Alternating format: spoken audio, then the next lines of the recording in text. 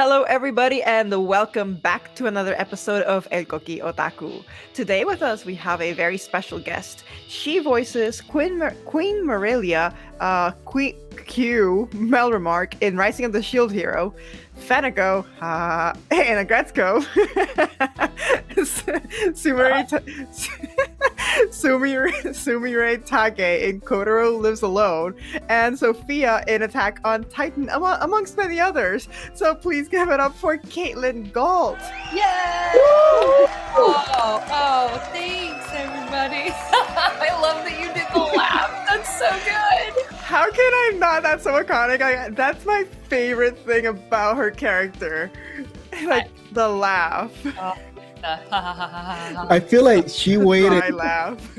I feel like here I've been waiting months for this moment, for the moment where she can finally do the ha. Oh, this is so cute. Such a good one. Oh, Fenneko. Yeah, it's definitely when I've been at conventions or anytime I meet fans of the show, they immediately, like even today, I was at coffee and somebody was like, Fenneko, and I was like, oh my god, it just follows me everywhere. It's so funny. No, I mean, I think we already have to start with Aggretsuko. We have to do it at this point. True. But first of all, honestly, thank you so much for being with us today. Before we even start talking about anything else, thank you. Oh, you're welcome. Thank you for having me. I'm tickled. I'm always like, oh, you want to talk to me about what? Who am I? I don't know. I've been in things. My voice is on things. I don't know. No, I'm happy to be here and happy to answer any questions, and hopefully I have some fun stories to share. I don't even know. Maybe it happens. It's a toss-up. So you do these things. You go on this booth and you record these voices, and you're there and you're in it. But a lot of the time you only see the parts that you're in. Especially with dubbing and.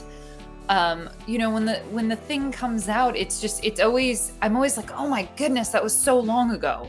And it's hard for me to remember sometimes. Like certain moments I do remember, especially with Fenneko, and especially because there were multiple seasons and so we grew.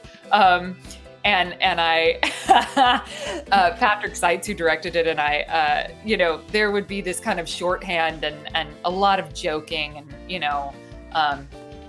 we fell in love with these characters so much, and it was so fun to I was always like, what's she gonna do next? What's the next scene? What do I get to do? So yeah. And for me, one of the honors and benefits that with this podcast to be able to record with the voice actor is that in Puerto Rico and many places they're learning now about the voice acting career with anime. And when we have the privilege to speak with the voice actors, it's not the same when I'm speaking about an anime than when we bring a voice actor, the voice of that character that really know that character from a different point of view.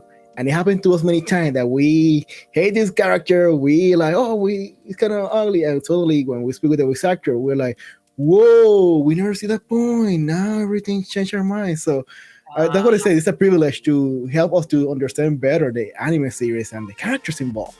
Oh, well, hopefully I can. For some of the shows, I'm not going to because I haven't watched.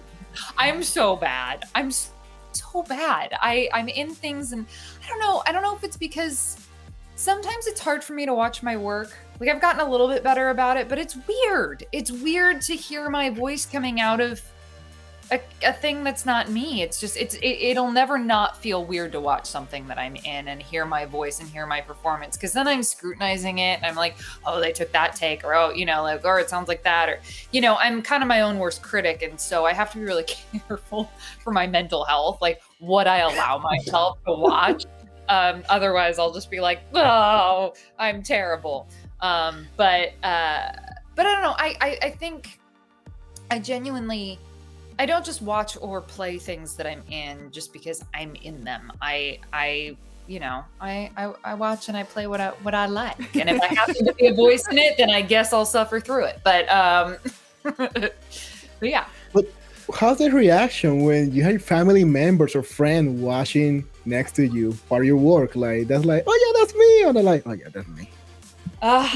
What's my reaction to it? Yeah, that's what it's me.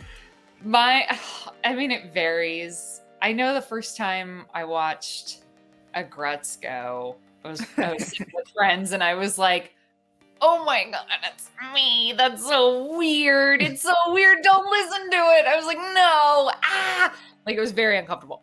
I've gotten better.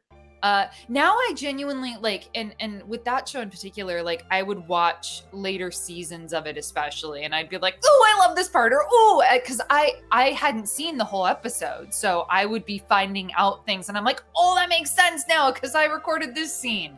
So it was interesting to find out like where my bits fit into the story. But yeah, and and it's funny. It's a comedy, and so yeah, I was not as hard on myself about Aggretsuko, I guess. When your family or your friends or anybody was listening right next to you, did they know it was you beforehand, or did they find out there? Like, did they recognize your voice right away? If we were watching it together, typically they already knew that it was that was my character. So I haven't had any experiences where it's like we're just randomly watching something and then all of a sudden it's my voice. Like that hasn't happened. Although apparently a couple of my commercials that happened to my family members, they would be like, "I was watching the news and then all of a sudden it was your voice on this commercial." And I was like, "Oh boy, yep, that was me." And they'll like call me about it and I'm like, "Neat. I didn't see it. I wasn't watching, but that's really cool that I'm like, I'm glad it aired. That's funny." I don't know. Has any of your friend or family member call you, "Hey, Katelyn, so is this product really good? Should I buy it like that? Would you recommend it? Like really recommend it?" Oh. No, I haven't. Oh, I guess I did do a beer commercial once and they were like, "Is that any good?" And I was like, "Sure. Yeah." I'm not gonna say I don't think oh no, I did try it and it was good. I actually liked it.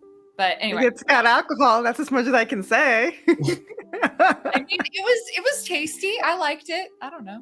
I guess that's it's not a common beer here. It was like it's a beer that's more popular on the East Coast of the US. Anyway. I guess that's where you will kind of lean into like, oh yeah, they pay very, very, very well, so the beer must be good if they're able to dish out so much cash. Listen, yeah, I mean it's an older company, so yeah. No, I haven't really done that many product things where people would be like, "Should I use that?" I'm like, I don't know. But, is there a specific product in the past that you've seen you'd be like, "Oh shit, I really like that product. Maybe I should have like given it a shot," or like, how would I have done this better? Oh, if I had known before I recorded the commercial for it? No, I mean, I don't know that it would have changed anything. But it was funny when I finally tried the beer that I had done a commercial for. I was like, "Oh, that's all right. That's good. Yeah, sweet."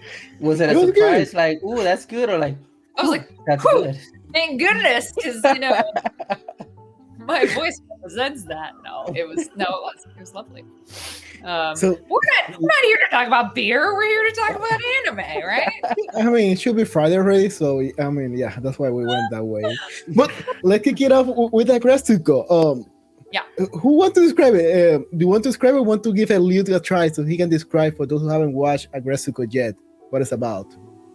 Okay, let's try Caitlin's take first. Let's see what's going on there. So I always say that it's kind of like the show The Office, but with Sanrio characters. So it's about, but there's a twist because it's really about this little red panda Sanrio character named Retsuko, who hates her, and she lives in Japan, and she hates her day job.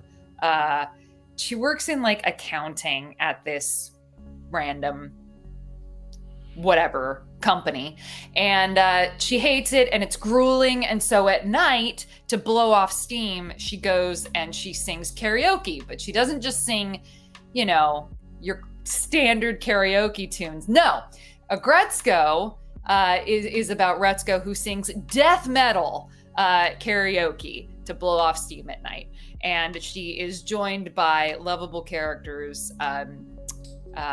most of whom are office coworkers that she goes, you know, and has fun little scenes with, and it's about her. I would say it's a bit of a coming of age. It's about her discovering who she is and what she wants out of relationships in her life, and success. And it's very much like her 20s into her 30s, you know, and all of the struggles and all of the irritating parts about that journey and growing up. Which honestly, I must say, it is a breath of fresh air, because it's an anime that it's an adult. It's literally an adult. The protagonists and all the characters are adult. They're not teenagers like the majority of anime. They're not 10-year-olds. They're not in school. Why do you think I watch it? I'm interested. Okay, listen. I mean, I am in my 30s. I'm not story-wise. I'm not necessarily, and this is not all shows, but I'm not as interested in teenage stories. I'm not a teenager anymore, and I don't it doesn't resonate with me as much as a show that focuses on an adult and adult struggles and things that I can really relate to in my own life. And there's a lot of, like, without any spoilers, like, there are some really lovely truth bomb moments in Aggretsuko. Like, even Fenneko gets a few monologues that are like really where she really just like lays down the truth. It's not too much of a spoiler. I mean, she has some nice. You can spoil, no problem. Well, it had been released months ago. Yeah, at this point. People had time. No, but for those who haven't watched it, no, I mean, talking about, like in the last season, I'll fucking spoil it. Fine. Sorry, I cussed. I'm so sorry. Do you need me to? No, fine. Okay. No, even in the last season, when I loved recording the monologue about Haida, where Retsuko is freaking out, you know, doesn't know, because he's playing video games all the time, and she thinks maybe he's cheating on her. And Fenneko's like, listen, I've been that sad boy's wing woman for so many years. He wouldn't hurt you like that. Don't be silly. And it's just, and that's not verbatim, obviously, what she says, but like, I remember recording that and just being like, oh, she's calling it out. Like, she and Haida really have been like besties. And she's like, and you're his love. Calm down. We'll figure out who the hell this girl is. You know, if it even is a girl, we don't even know. Dude, I loved playing Penelope. That cracked me up. I was like, I am all the lady knights. Even in Aggretsuko, I'm a lady knight. Do you know how many times I've played a lady knight? Staggering at this point. I'm in like every video game. In Tales of Rise, in Fire Emblem. Both of my characters in Fire Emblem are lady knights. Jade in Fire Emblem Engage. All of them are like blonde lady knights. Like, if she's blonde and she's a knight, I'm probably voicing her. Like, is it like pure coincidence? Mm-hmm. That's so funny, because we had artwork off of me, but most of them, I'm not kidding. Look at Ladislava, Jade, and Sarah, and tell me I don't look a little bit like all of them. That's so funny, because we had a voice actress who, she was like, if the girl is red-haired, that's me. Like, she was playing every red-haired character there was. I'm not kidding. I think somebody, even like on Twitter, somebody was like, interesting. And they put all three of them like in a little like image thing, and they were like, Caitlin voices all the lady knights. And I was like, yes, I do. If they're blonde and a knight, it's me. It's weird. It's weird because no, it's not on purpose. It's not like, I don't think when they're casting, they're not thinking like, oh, this character looks like Caitlin, so let's, you know, it's all random. It was Marisa Duran who was saying that she had the curse of the red hair. The curse. I love Marissa. She's great. She's awesome, and we have a really good time with her. And she's like, "Oh my god!" So every time we go to the next character, she was like, "Here we go, another red hair character." So this character, so like, but then who doesn't have blonde hair, but is like light hair, I guess. She's beige, tan, or almost yellow. Listen, she's a knight on the last season. Like, I'm like, what? Yeah. Anyway, it was really funny, and Patrick and I laughed about it a lot. I was like, I'm another knight? Like, what is going on? I was like, you did this on purpose. He's like, I didn't write it. No, it's yeah. Anyway, super funny, super weird coincidence, but what are you gonna do? Her signature laughing, did that came from you, or was do you have to like copy the Japanese version? How it came? Because everybody know that everybody who has seen Aggretsuko was the classic. So where that came from? Okay, so yes, it's totally influenced by the Japanese. I cannot take full credit for it. We got to that part in the first episode, and I was like, oh my god, what is she doing? We listened to the Japanese because that's how we dub. We preview the line that we're recording in Japanese, and then we get 3 beeps, and then we dub over it in English. And she did that laugh, and I was like, what? And then I think I remember us trying a few different laughs, and it just wasn't working. And I was like, Patrick, I think I just need to do that, because I think with the flaps, that's the thing, that's the best way we could do it. And then I just did my version of it, and the rest was history. And then in different parts, like it becomes quicker and more manic at times too. Like like the first one was very like ha ha ha ha ha ha ha ha, and then it became like ha, and like it would start to get faster and more like trilly, and I was like, what is happening? So anyway, yeah, that's how the laugh was born. I cannot take credit for it. I just did my version of it, but it's super fun. I love that. That's like just so iconic of that character. I have a quick question though. Correct me if I'm wrong, guys, but I do believe Fenneko at one point also starts doing death metal when she's like upset in one episode. Is that her? No? Okay. I'm misremembering then. Okay. No. Would you love to see a scene like that where you had to do death metal? I don't know that I wouldn't do the death metal. I mean, you know, Jameson Boaz does the death metal for Retsuko.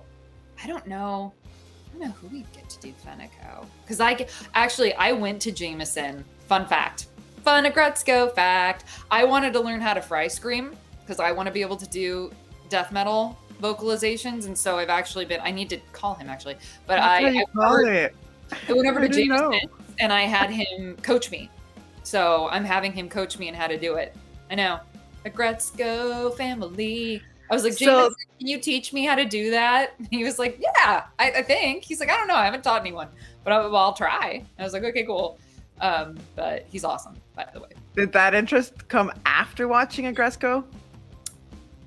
Yeah. It didn't, I don't know that it was because of Aggretsuko, but I started to get into some metal music and metal vocalists, and I thought it was really neat, and I wanted to figure out how to do it because it translates into like character-y type sounds as well. I just wanted better control of my voice, and fry screaming is a really specific thing that people have to learn how to do, and I want to learn how to do it in a safe way that doesn't hurt my vocal cords, and Jameson knows how to do that. So I was like, I'm gonna ask Jameson because he did it for Retsuko. But yeah. I was about to ask you that. Doesn't it scare you because your main tool for work is your voice core? And nah, I'll be fine. No, she's preparing for the next seasons. You know, when she gets that spotlight, so she can go Yeah, so that I can do Fenneko's metal voice. That's what I want. No, I feel like there were like short Aggretsuko. I never saw them, but like I've seen Fenneko with like a guitar and like a star around her eye. Like there are images of her, I think from like a really old short that was never dubbed into English, where she's like part of the band. Like she's like playing guitar. I don't know where they're from, but I know I've seen them, unless they're fan art and I'm making this up. I don't know. Anyway, I want her to have a metal voice. That would be really cool. I would love that. No, Haida does though at one point. Haida. Oh, did we lose someone? Oh, there's Onyx. Right. My bad.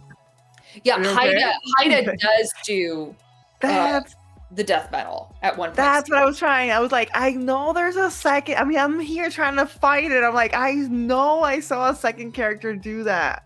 I was like, I didn't remember who. Okay, but thank you for that one. It's Haida. No, I feel like Fenneko just yells at people, but she doesn't like. I don't know that she gets so heightened that she would actually like break into song. Like I think she just gets drunk and yells at Haida, like over tables, slamming her fist down a lot. That's those are my favorite scenes. Anytime I get to yell at Ben Diskin is my favorite. But well, overall, the thing is with Fenneko, she's always like so mellow. Like you don't ever expect her to have an emotional outburst, and when she does, it's like, yes, give me more. Oh, and usually there's alcohol involved. That's like anytime she actually starts yelling about anything, she's usually drunk. That my favorite scene is when she's at, I think this is in season 1, when she's at the work social at the bar, like the dating or whatever thing, like the speed dating. I don't know that it's speed dating, whatever. The work social. The mixer. The mixer. Thank you. And she's like outside talking to Haida on the phone, and she's like, Haida, like everything's fine, you know, and yelling at him. That was my favorite. I love it. He's like, that is not what you're supposed to be doing. You were supposed to be watching her. Anyway. I think that's why we all love that series, because we can relate to it. It's that age after college that we all go through that journey that nobody prepared you for that. Right. And it's kind of awesome to see it. Like, oh, perfect. So, oh yeah, we've been to there. Oh yeah, I know a friend like that. Oh yeah, that looks like this person, that person. Right.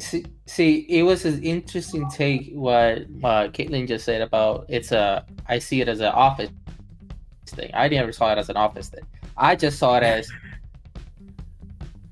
you know, another 25, 30-year-old like putting their best professional face up front, and then just getting into the car, just going, the day's over. Now I gotta go home. I think this is why everybody loves it, because everybody has that little anger inside of us. We just want to express that. And then you see all this front, and then the real Aggretsuko comes out, and it's fantastic. Which is funny because I believe Aggretsuko, the word retsu, it's angry or mad. So the name itself is supposed to be like aggressive madness or aggressive angriness or something like that. Okay, gotcha. That makes a lot of sense now. Which you don't really get until you see in the show, and you're like, what's wrong with this person? Yeah. No, I'm going to do a roller coaster of emotion, moving to the next topic, from the high, super happy, excited, and laughing, to a very kind of deep anime, and I'm talking about Kotaro Lives Alone. Yes, I was going to the character of Sumire Takei. Damn it. Do you want to describe this one, Katelyn, or should we take it? I did the first one. You guys do this one. I know. I will say I have not watched this one in its entirety. I've seen parts of it, but I have not watched it in its entirety. I know the premise, but I'll let somebody else take this one. I will take Should it. I take it again? Yeah. I will take it. All right. Kotaro Lives Alone. Get ready. grab the wipes, grab the Kleenex, grab everything, because you're gonna cry. This is the story about a 4-year-old who literally lives, 4-year-old Kotaro, just like the title. He literally lives alone for the reasons that we find out throughout the anime. He's not living with any of his parents, and he has to become completely self-sufficient. With that said, in the apartment place that he lives in, all of his neighbors are like, they see him like, wait, what's a 4-year-old doing living by himself? Something must be wrong. And they basically create the family that he has never had. And why do you cry? Because like, we go through like his backstory and everything that happens, and it's just so emotionally gripping. And again, yeah, you're just crying episode after episode. If anybody wants to keep saying anything about it except you're gonna cry, go ahead. You need to watch out how you're feeling. You're going through something hard in life, because it can go two ways. It's going to help you to feel better, because you're going to be like, damn, there's people going way worse situation than me, or you're just going down with them, like, oh my god, now I feel better than that last night, or worse than last night, because there are a lot of triggering moments in that series. And for me, what really hurts about this series, that most of those moments you want to lie to yourself, like it's just anime, it's just a fiction story, but at the same time, like, there's a big sense of reality here.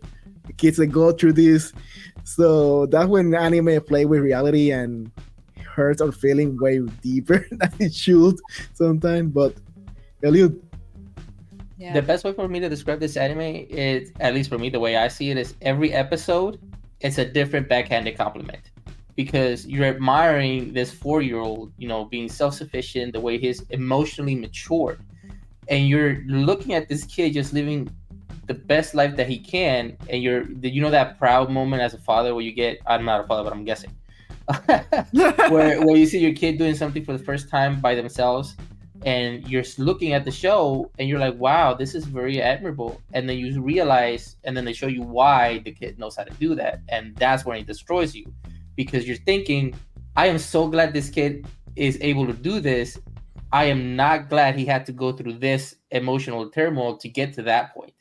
And that, to me, it's very contradicting. But one thing that I like about your character, Ms. Katelyn, on this show is that it kind of sort of shows a possible preview of what Kotaro might have turned up in the future if he didn't surround himself with, that saying that says it takes a village to raise a kid, which the village in this case will be the other people in the apartments, where he relies for that emotional connection, for that dependability. Because even though he understands he's got to be self-sufficient, he still, acts and tries to live his life as a kid. But there's a specific episode where he went through a very emotionally scarring event where, well, I don't know if am I allowed to spoil this real quick? Spoil. Okay, so there's a part where he does a museum, right, on his own apartment, and he invites his friends to share his mementos of what he's lived so far, into which he puts on display a pair of gloves.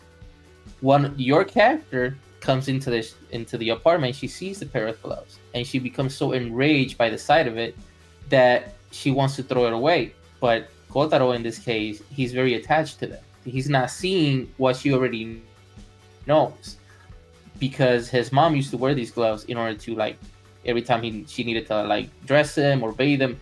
At one point you're thinking, okay, maybe it's like hygienic, and then when your character gives her background story, it shows that it's not hygiene at all. It's just that the mom was so disgusted that she had a kid that she couldn't bear to even touch him.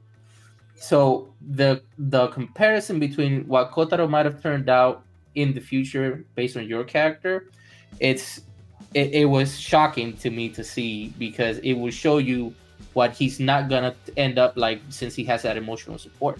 Not like your character in the future, that is, she obviously still has some issues. I'm talking about the character, okay? That sounds so terrible. But she still has some issues getting over the fact that, her mom didn't want to touch her at all. Yeah. So, Katelyn, dubbing this character, did you knew how sad was the story without watching it? Yeah, I remember. So I had a few different directors on this one, but Jeremy actually directed some of it. Jeremy, who plays Kotaro, who is fantastic. Jeremy Lee is one of the best ever. And she was a great director. And I remember her explaining the glove scene, and also what sticks out to me, I remember when she said he was eating tissues because he didn't have food at one point. Yes. Oh yeah, I mean, when we first started, it was described to me much like how you guys did. He's a little boy and he lives alone, and only by the help of his found family? Does he, is he made better? Is he taken care of? And yeah, I remember a lot of like in the like the first few episodes that my character was in, I was kind of the part of some like funny moments. Like there were definitely some like, obviously she's like kind of harsh and deadpan. And so I was, that lends itself to a lot of comedy, but yeah, the gloves I do remember. I remember that being a really big deal. And knowing that knowing it was going to be another one of those shows that was going to make people cry a lot, because he's just so cute. He's just so cute. How did Jeremy describe him? He's like a little feudal lord. Like the way he talks is so archaic and it's so adorable. And when I heard his voice the first time, I was like, Jeremy. And she's like, I know. But yeah, I mean, it breaks your heart. The premise alone breaks your heart. And yeah, each thing I found out about, whether it was the tissues or the gloves or, yeah, it breaks your heart over and over again. But I mean, yeah, I wish I've meant to watch it, and it's, I've gotten busy and stuff like that. And also it's a lot to take on emotionally. Yes. Yeah. So like mentally, I don't know if I'm in the space to watch Kotaro Lives Alone. I watched Your Lie in April when I was not in the space to watch Your Lie in April for it. So I've been a little bit more careful with slice of life anime, where I'm like, oh my god, music and there's that and yeah. Kotaro Lives Alone is definitely an anime you can only watch basically one episode per day if it's your first time watching, and you have to be definitely in the right state of mind, because if not, you're just gonna be like, oh, feeling so bad at the end of the day. Life is awful. Take care of babies. Don't let Kotaro live alone, please. He's too cute. Yeah, it is a hard series. I mean, even that there's sad story, there's beauty in these awful moments. No, of course. Yeah. I mean, actually, a spoiler, they wrap it up with a very hard moment when his BFF, the only person that he must trust, that just swear to him to never lie to him, has to lie like never before. God. And for us, we're like, there's hope, things are getting better. And when he saw the family, how do you call that? The tombstone grave? Yeah, family. The grave. The grave, and suddenly see the name of the mom. He's like, holy crap, I cannot show this to him because he still keep his hope to his mom Sunday. I know we all die in that moment. We all die. We're like, what just happened here? And to make it worse, like, it's the season finale. So, Netflix, come on, move on. We need to know more what happened here because this hurts too much. We'll see. I know nothing. See, the thing that shocked me the most, which I found kind of cute, was every time they tried to take a picture, he would start moving. And you're like, oh, that's such a kid thing to do. And then you understand why. You're like, I hate this show. I hate this show so much. For those who haven't watched, explain why. To make it more painful. Well, the reason why Kotaro doesn't like getting his picture taken is because he went through a traumatic experience where I'm guessing his abusive father found him because of a school picture that depicted where he was at, and he got very aggressive at the school, demanding to see the kid, and that emotionally scarred him. I mean, God. To us, you would think, oh, it's such a simple thing, but clearly it's not, because this kid is gonna have a phobia of pictures for the rest of the day. That's when he got the manga drawing, he was excited. He was like, oh my God, I've never seen myself. And to that, I was like, oh, I really enjoy this. Like, this is very wholesome right here. Thank you. You kind of saved it, because you already messed me up in the first 30 minutes, but you kind of saved it at the end. And that's one of the moments that you're like, oh my God, anime is playing with reality, because that's the moment that he doesn't want to have his face on picture because he's running away from his abusive family, to get the parents. you're like, it is fantasy? Hell no, it's not fantasy at all. So anyway, but let's change the switch a little bit. I know we went too down over there with the roller coaster. Let's go with girl power here. One of the female figure that really warmed our heart, and we were excited to see her. Speaking about the rising of the shield hero with Queen Mirellia. Queen Melromarc. Oh my god, my favorite series, and I can't spell her. What's going on? But anyway, Melromarc. Queen Melromarc. Yay! The queen! My queen! Oh, my queen. I have also not watched The Rising of the Shield Hero, so it's always really fun to try to figure out what's going on in the scene. I will tell you, I have had moments in the booth where I've had to call, what does she call Melty? Bitch, and it's called trash. I 100% had a moment where she was supposed to be like heartfelt, and then she was like, I can't even do it. It was some line about like, bitch hasn't shown her face or something like that. I don't know. It was like, very, very like heartfelt line. And there is a recording of me somewhere going, bitch. I had to like walk to the back of the booth because I was dying. I couldn't get through it. It took me like 5 takes to not laugh saying bitch. So there's a fun story. Cannot do it. I have to like steel myself. I'm like, the first question I ask when I go into record for it is, do I have to say bitch? Do I have to call it episode? Because if we have to do that, we might want to budget a little more time because I'm not gonna You know what? With that said, you haven't watched the show. Let's try this. Okay. Based just on your lines. Oh, I do know why she's called bitch. No. Yeah, But based just on your lines and everything that you've recorded so far, what do you think happens in the entire series? Like, what do you think the series is about? The shield hero and how he goes around, and there are other types of heroes, right? And Yes. at some point, and there's a girl, and she's got ears. I think her name's Raftalia. Yes. Is that right? Yes. Okay. And she likes the shield hero. They like each other, maybe. We don't know.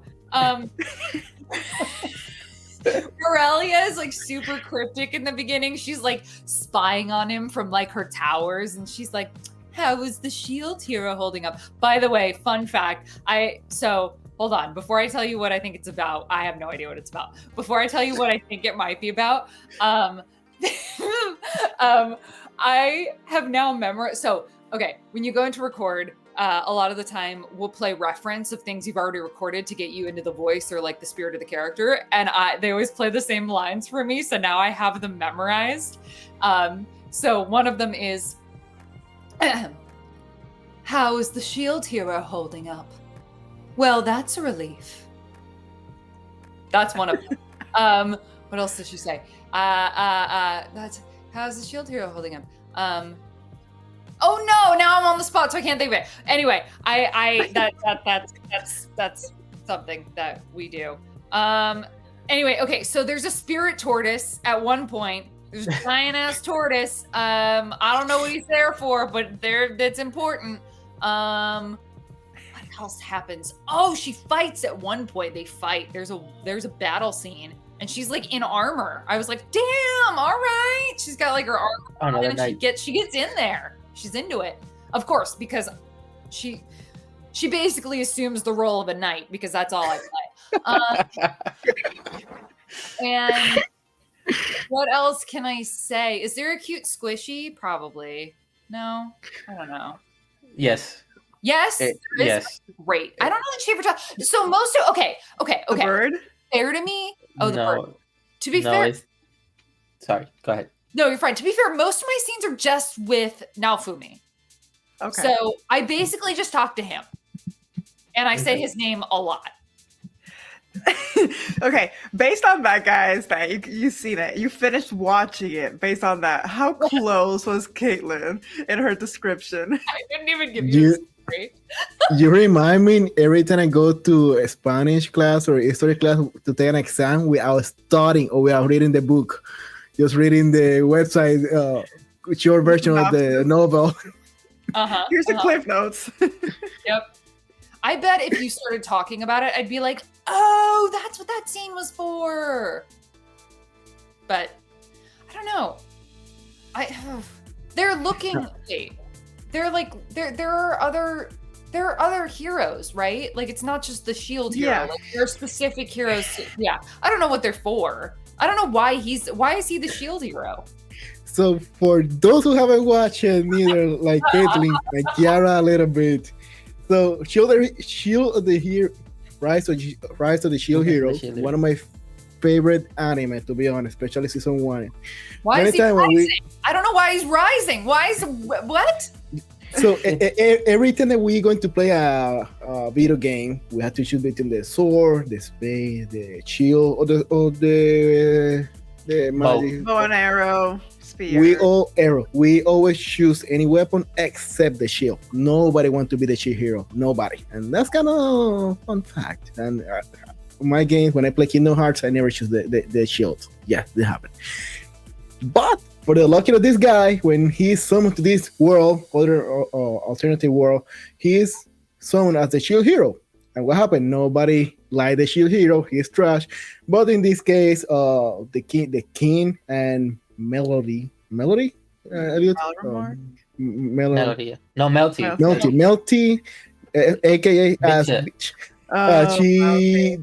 They make the shield hero life impossible that they accuse him of raping her. Right. He go to court, they dishonor him, they throw him to survive because they cannot kill him, they send him back. He goes through hell, the definition of hell. And technically on season 1 we see how this guy against all odds, against all the systems against him, he's trying to survive and survive and not live the world, because every cycle the calamities come to the world to destroy everything, and he's like, if I don't do something for this world, I'm going to go down too. So technically, I have no more option to. But the rest of the heroes technically is how a guy going from all odds against him to trying to survive and be the main character, because believe it or not, the other 3 heroes are trash as hell, just because they were kind of cocky, like, oh yeah, I'm the sword and I can do whatever I can. So they abuse the system kind of, and they give crap about people like we do players in video game. So in this case, technically we see the hero that's moral, have ethics, and went from the bottom to top. Now, Queen Mirellia. In this world, the queen has more power than the king. And in this case, the king is trash. So trash that technically he's like, he plays something really bad that the whole system he go to court, and the judge in that court is the queen, and her daughter was guilty of everything. She was sentenced to death, and now for me as a good person, like, hey, no, let's not kill the king, let's just call him bitch. And now she's our queen, not king, the princess bitch. So I think that's a good resume of the Shield Hero, which I really love the series, because you're going to feel the pain on the episode 0 of episode 1. But highly recommend, and the queen is one of the most important figure. And I was laughing here because you mentioned, I think she goes to war, and yeah, that's season 2 when she go to battle the moving turtle. That people have mixed feelings about that scenes, but I think spirit tortoise, right? There's a tortoise. Yeah. Yes. The bringer of calamity. Yeah. It's called a spirit tortoise, but it's literally just one of the knights of the apocalypse at this point. But going into this and adding a little bit more into what Honest just described about the Shield Hero races, it's the one thing I enjoyed about this anime, because I personally haven't seen it somewhere else. I believe it's called The Rise of the Shield Hero, is because normally when you start an anime where it's an isekai like this, where you get reincarnated or summoned to a different world, then everything has a specific route, right? You start from here, you go up, and then you keep going up. Over here, to me, it sounds like it's Rising of the Shield Hero, because he goes even further than trash. He becomes basically exiled from everybody else. Nobody wants to walk with him, And the one element that shocked me the most is the recruitment of slaves because of a need.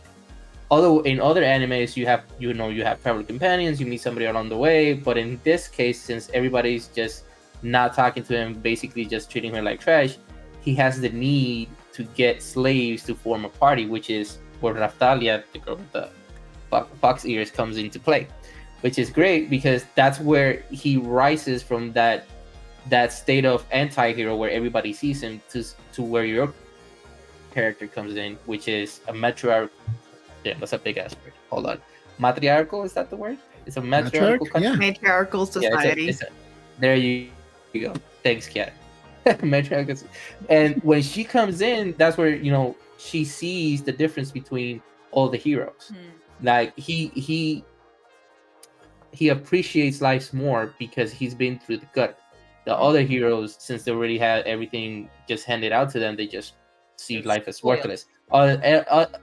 All their lives as worthless other than themselves. But gotcha. Yes. And to answer your question before, yes, there is a cute animal, which is basically like a Raftalia familiar, who he creates with a lock of her hair because he was trying to find her and stuff. When that came up, you're like, oh, that's cute as shit. I mean, honestly, can you call it anime if there's not one cute little character? I don't think so. I think that's there has to be some sort of animal, cute, fuzzy thing. But talking from going from the start from the she hero that went from 0 to hero, technically that's not a Hercules, 0 to hero. But let's talk about you, Katelyn. How do you came to this industry? I know, like, hero. Oh, like about to break into song right here.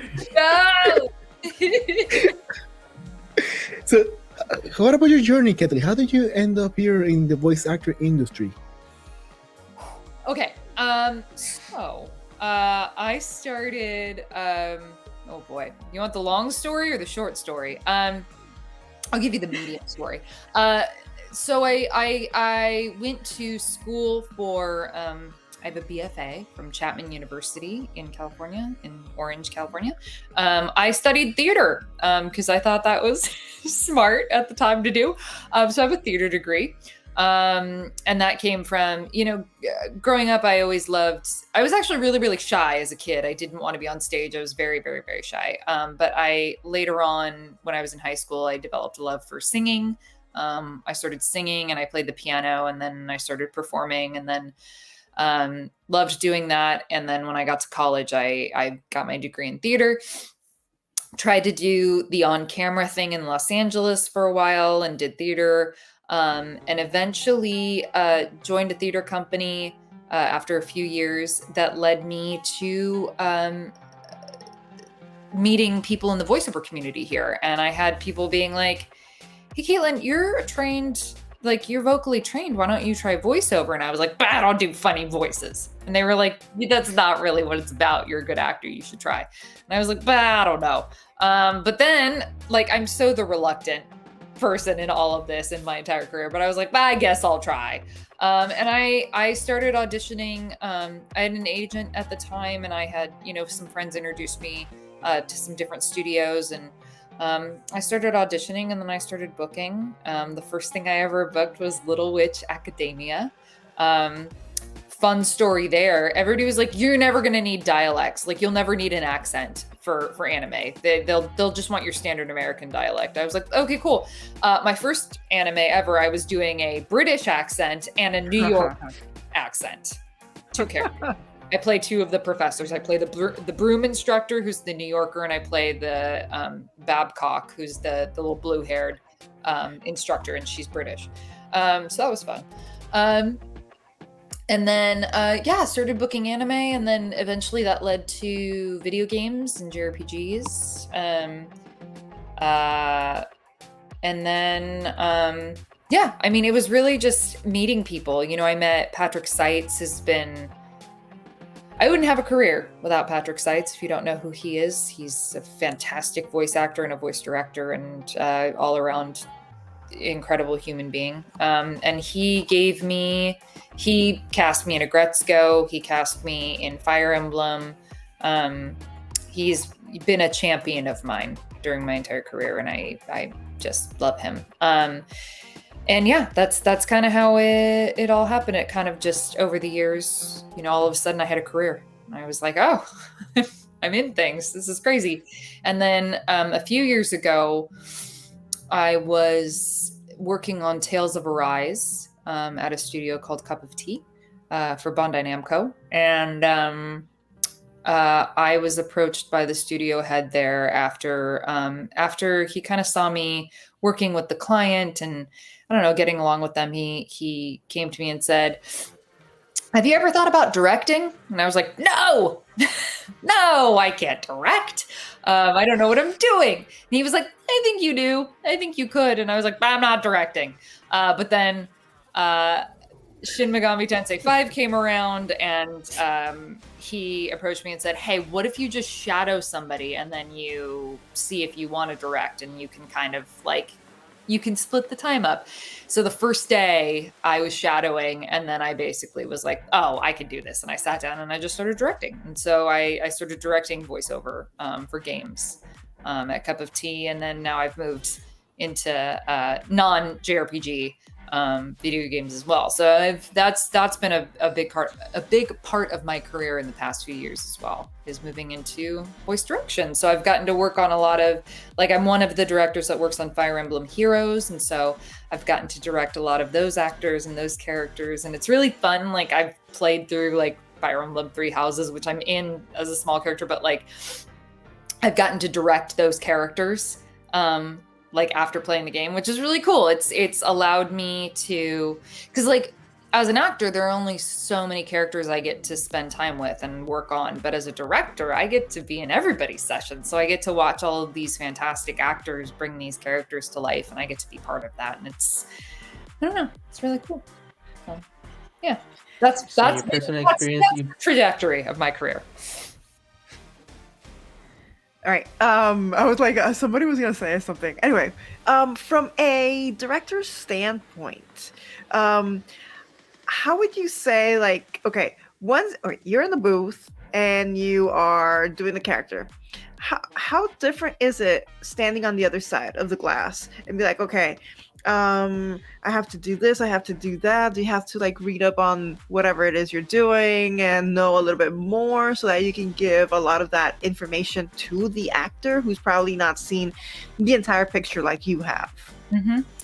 I mean, it really depends, right, on what material is available to me.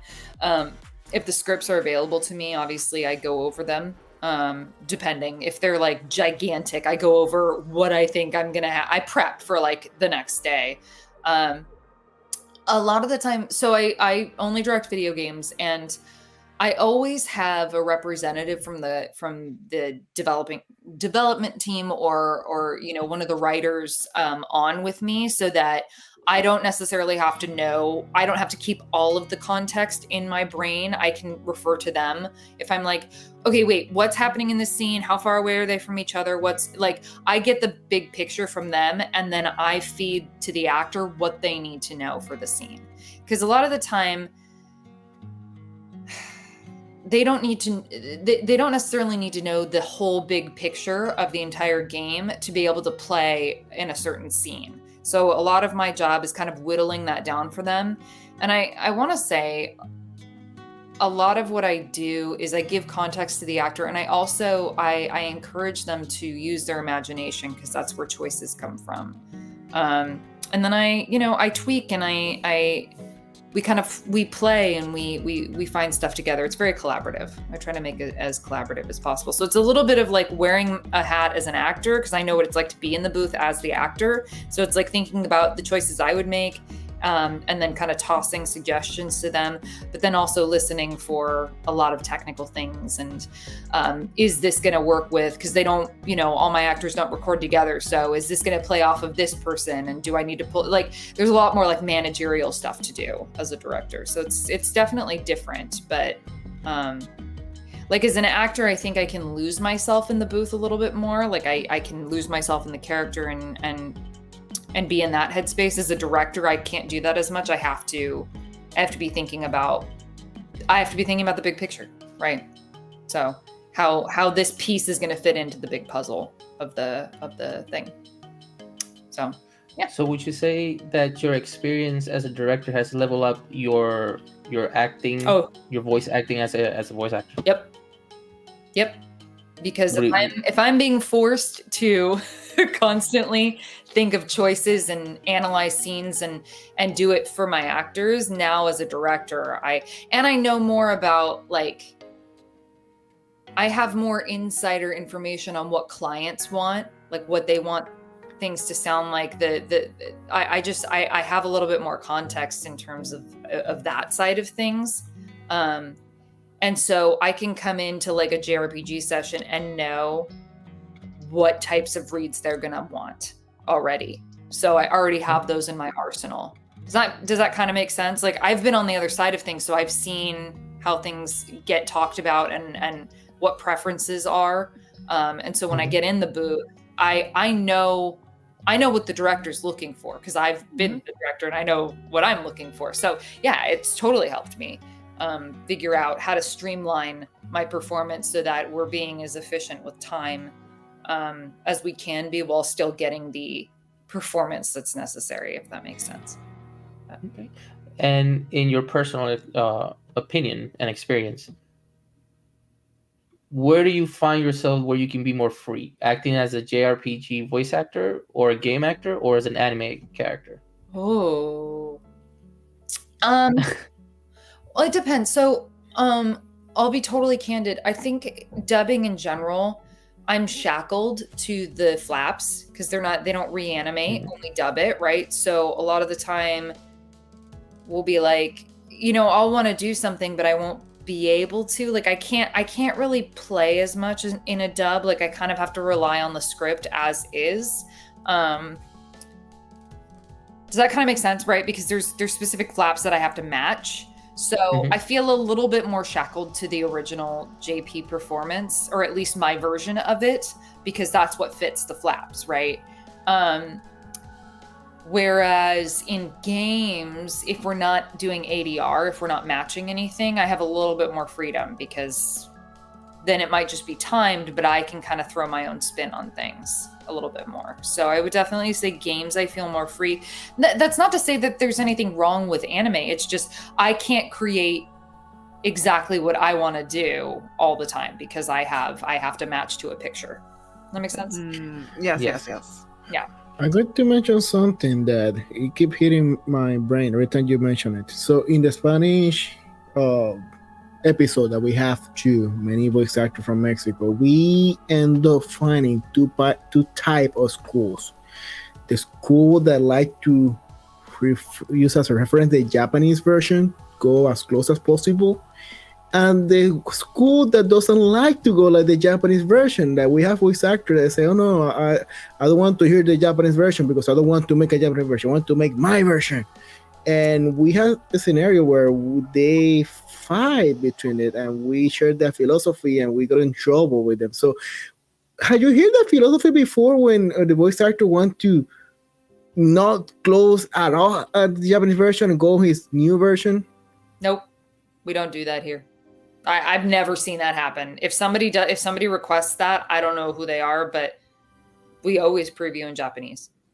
Gotcha. Never happened in English industry, at least our experience with voice actor. But in Spanish, we had that experience of learning the first school that the voice actor, like we have many voice actors say like, I don't like to see the Japanese version because I want to make my own Onyx version.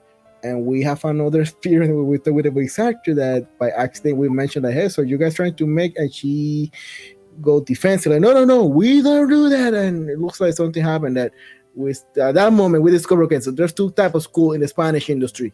The one that they want to make their own dub version, and the one that they want to stay close to the Japanese version. And honestly, in the Spanish industry, I have no clue which one works better, honestly, at this point. I don't know. I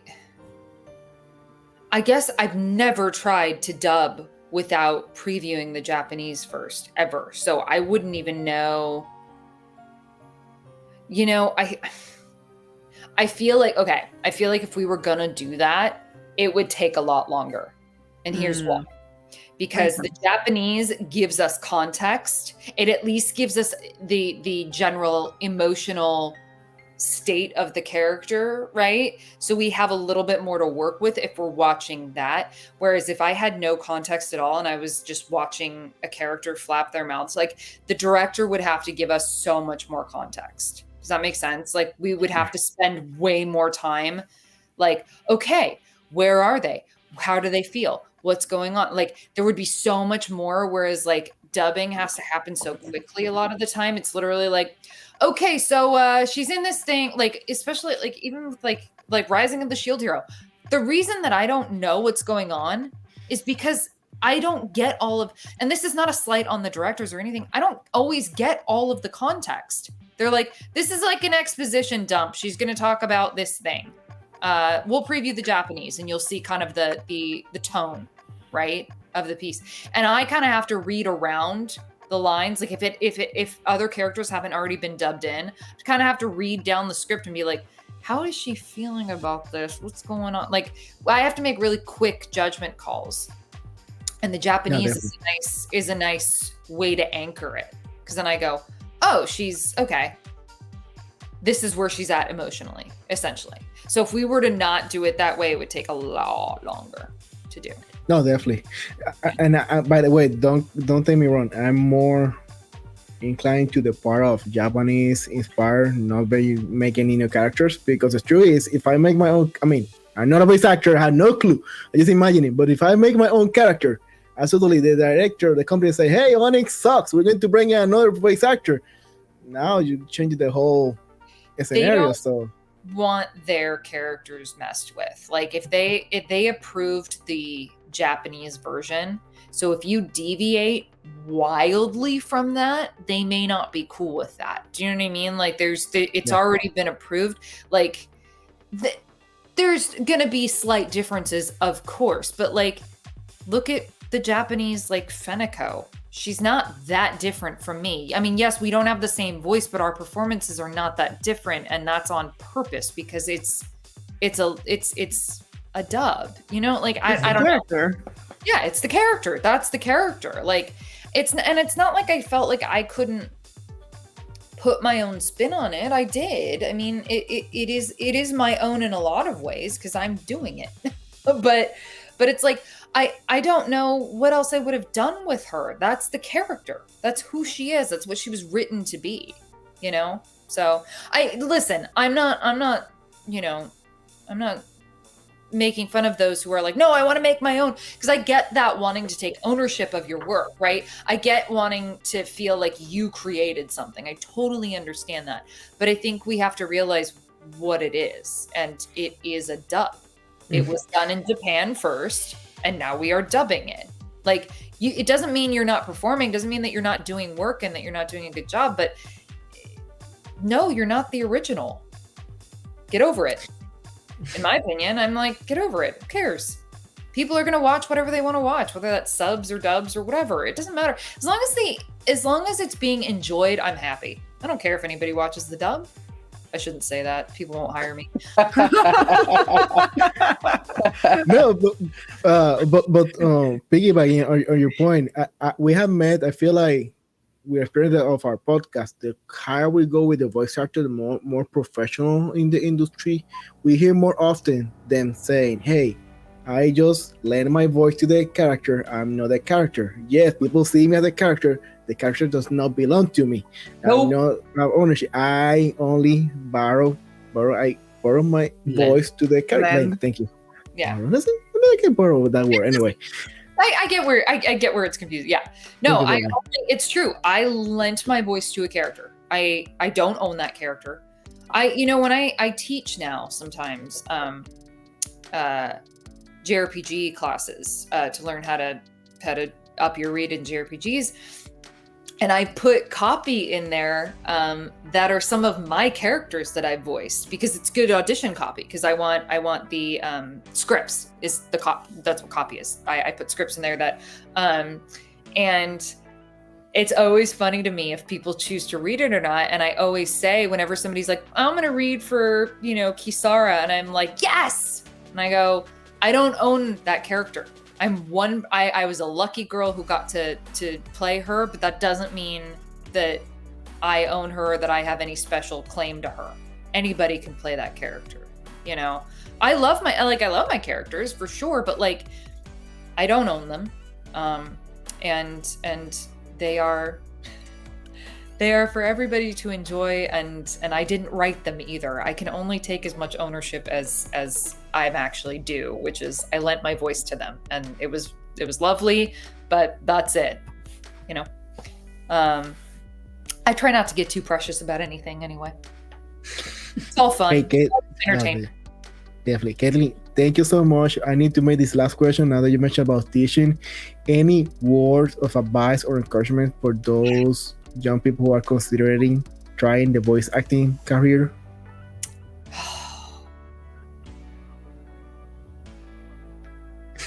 Don't worry.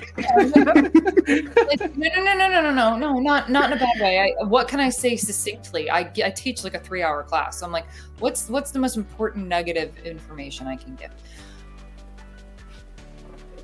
Put out into the world what you want. Create the art that you like. If you think it sounds good and it makes you laugh or it makes you feel a certain way, you put it out there. Don't worry about what anybody else wants. Don't try to fit into a box that somebody else has. Don't worry about what whoever's casting you wants. You make your art and you put it out into the world, and you be proud of it, and then you've succeeded. Basically, I'm saying, but screw what anybody else wants. If you think it sounds good and you like it, you put it out there. That's what I say. Best advice, in my opinion. You were just missing the mic drop. There it is. It's been a long time. Wait. Do it again, because I switched through when you were dropping the mic. I love that pop. I swear that was too perfect. Like I looked at my computer like, what alert do I got now?